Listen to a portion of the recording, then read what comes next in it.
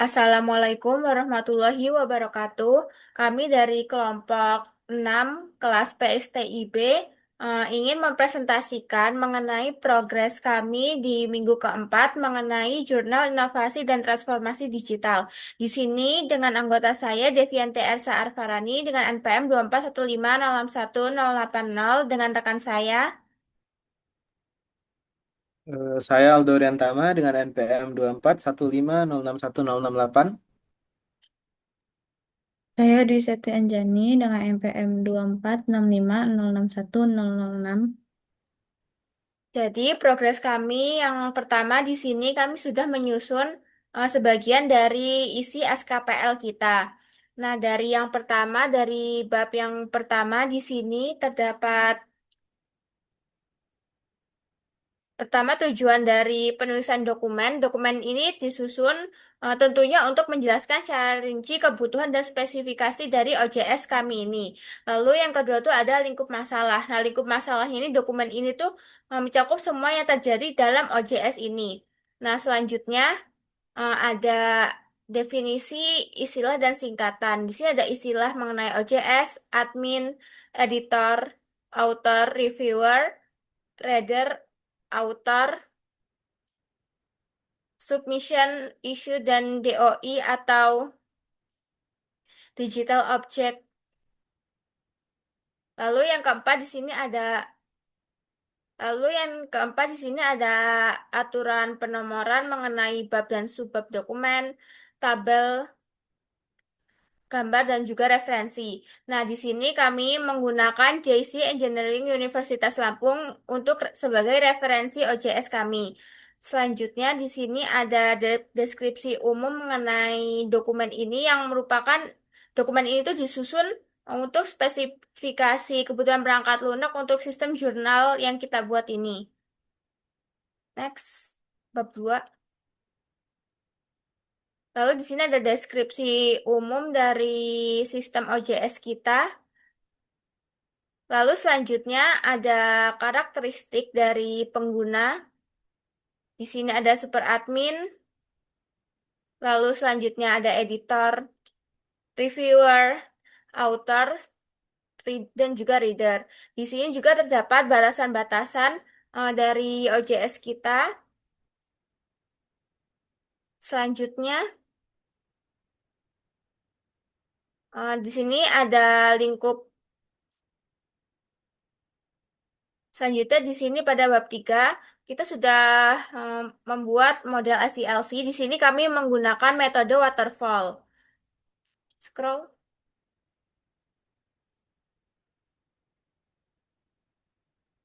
Nah, di sini pada bab 4 kita membuat mengenai deskripsi kebutuhan. Kebutuhannya itu ada kebutuhan antarmuka eksternal yaitu antarmuka pemakai. Jadi JITD ini dirancang untuk memudahkan para pengguna tuh mengakses jurnal OJS kita. Next.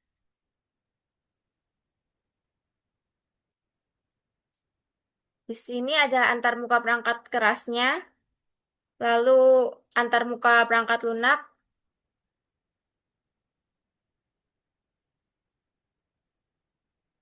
Nah, di sini ada antarmuka komunikasi. Nah, di sini ada kebutuhan fungsional-fungsionalnya yang dibutuhkan oleh OJS kami. Selanjutnya di sini kami juga sudah membuat mengenai use case diagram dengan 5 aktor dan di sini ada deskripsi-deskripsi aktornya.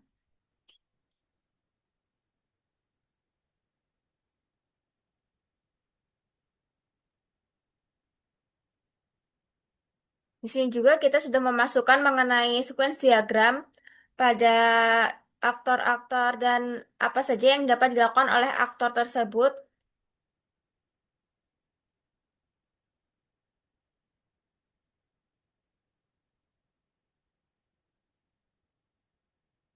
Di sini juga kita sudah menyusun mengenai kelas diagram,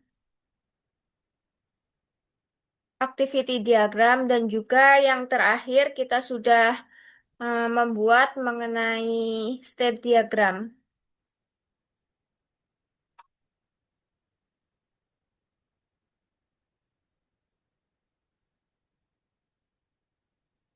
Lanjut di sini ada tampilan, kita akan menampilkan mengenai tampilan OJS kita yang sudah kita rancang pada minggu ini.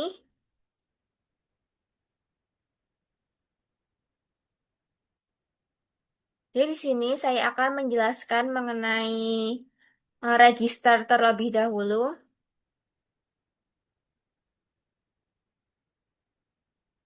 Pada menu register di sini, pengguna yang ingin mencoba mendaftar pada OJS kami diperlukan untuk mengisi nama given name, family name, affiliation, negara. Lalu perlu juga kita memasukkan email kita dan juga kita membuat username untuk akun kita. Lalu di sini kita diminta untuk memasukkan password dan juga mengulang password yang kita buat sebelumnya tadi. Setelah itu kita dapat menekan yes pada bawah lalu membuat register. Selanjutnya saya akan menjelaskan mengenai menu login.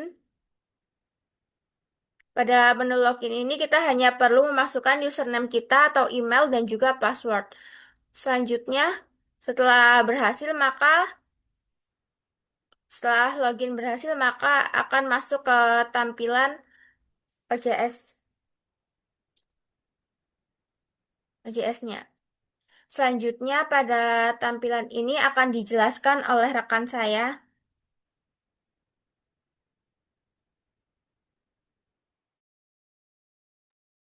Eh, Oke, selanjutnya saya akan menjelaskan tampilan-tampilan dari ya OJS kami yang telah kami edit sebelumnya. Eh, jadi kami pada minggu ini telah menambahkan memang sudah ada logo dan five icon, lalu sudah menambahkan beberapa navigation bar di current, archives yang awalnya itu cuma current, archive dan about. Jadi di sini ada current, archive, guideline, editorial board, di sini ada announcement juga, eh, pengumuman, lalu ada about, about, about the jurnal sudah diisi, dan di sini sudah kami isi juga untuk badan dari jurnalnya juga, seperti ini, JITD, Jurnal Informasi dan Transformasi Digital. Lalu kalau kita submit paper, kita bakal diarahkan ke submission. Jadi ini semua sudah bisa diklik.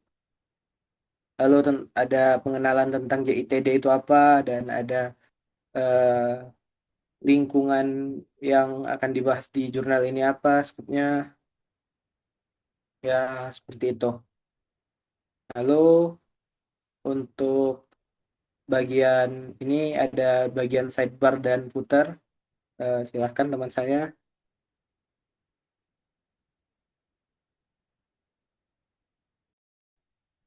Baik, di sini selanjutnya saya akan menjelaskan di mana di situ terdapat logo Universitas Lampung. Lalu di bawahnya itu tuh ada beberapa URL seperti WhatsApp, Instagram, dan Twitter.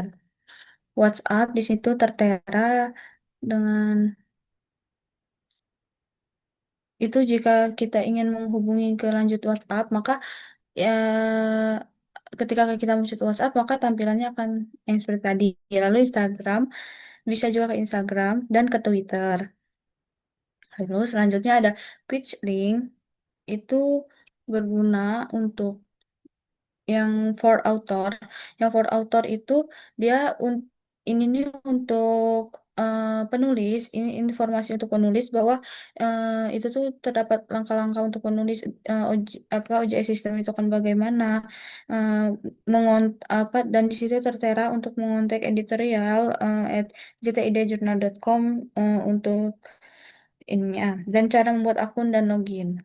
Lalu selanjutnya ada guidelines. Di sini panduan di sini tuh untuk panduan-panduan kita menggunakan JTID ini. Dia itu bisa sampai 8 sampai dengan 15 halaman dan spasinya berapa itu 1,5 lalu terdapat include abstrak dengan 150 sampai dengan 250 word dan sebagainya.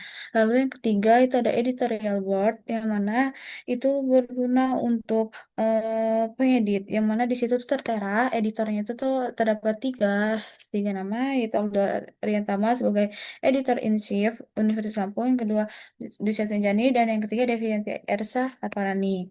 Nah, lalu di situ terdapat information, yang mana information itu tuh yang pertama berguna untuk reader, itu tuh informasi untuk pembaca, bahwa pembaca itu tuh apa menggunakan tautan ini nih untuk mendaftar. Pembaca akan memperoleh email berisi daftar isi tiap hari, tiap ada terbitan jurnal baru. Lalu selanjutnya ada untuk author.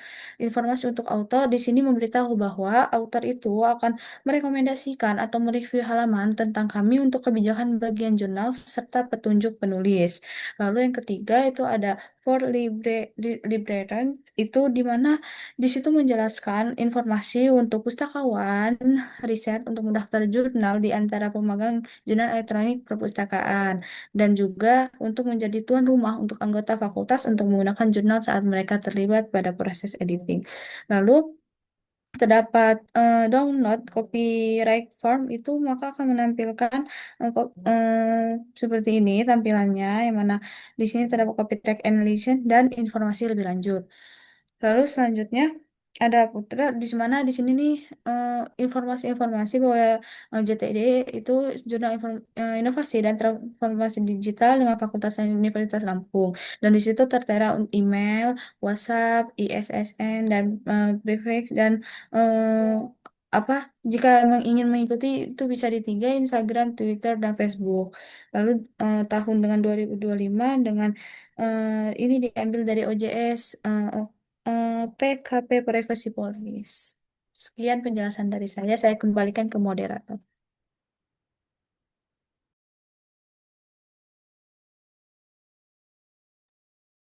Oke, di sini saya akan mensimulasikan bagaimana cara kami mengeditnya. Jadi kami itu mengeditnya dengan login sebagai jurnal manager atau sebagai peradmin. Jadi setelah itu kami masuk ke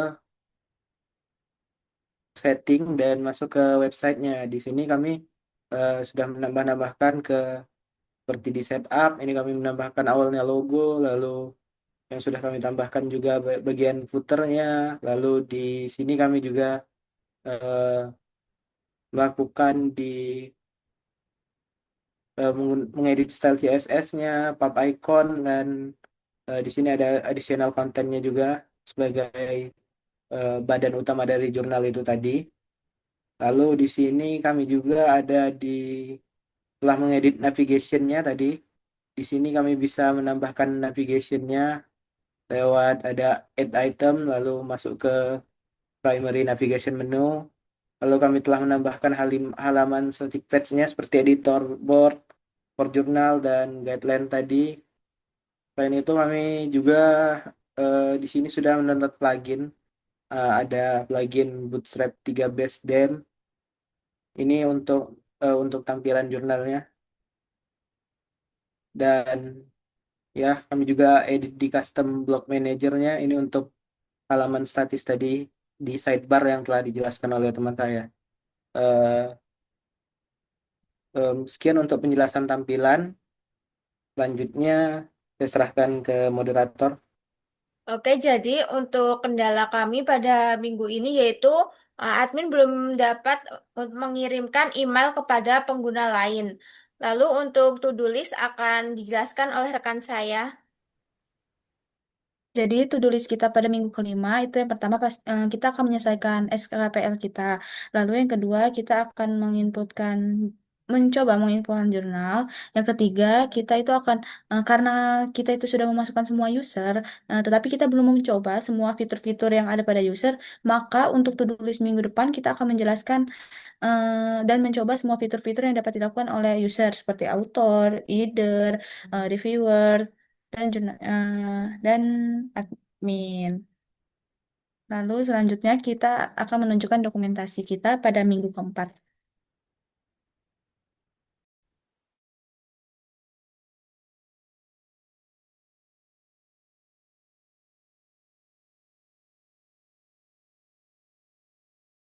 Next, next. Ini untuk dokumentasi ERSA. Next,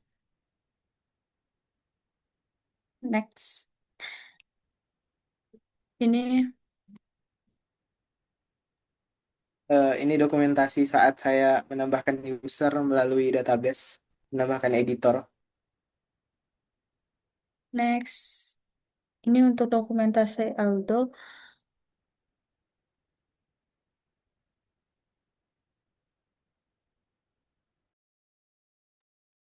Saya kembalikan ke moderator.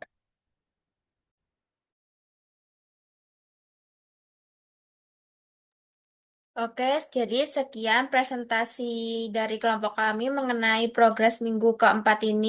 Mohon maaf jika ada kekurangan dalam penjelasan. Saya akhiri. Wassalamualaikum warahmatullahi wabarakatuh.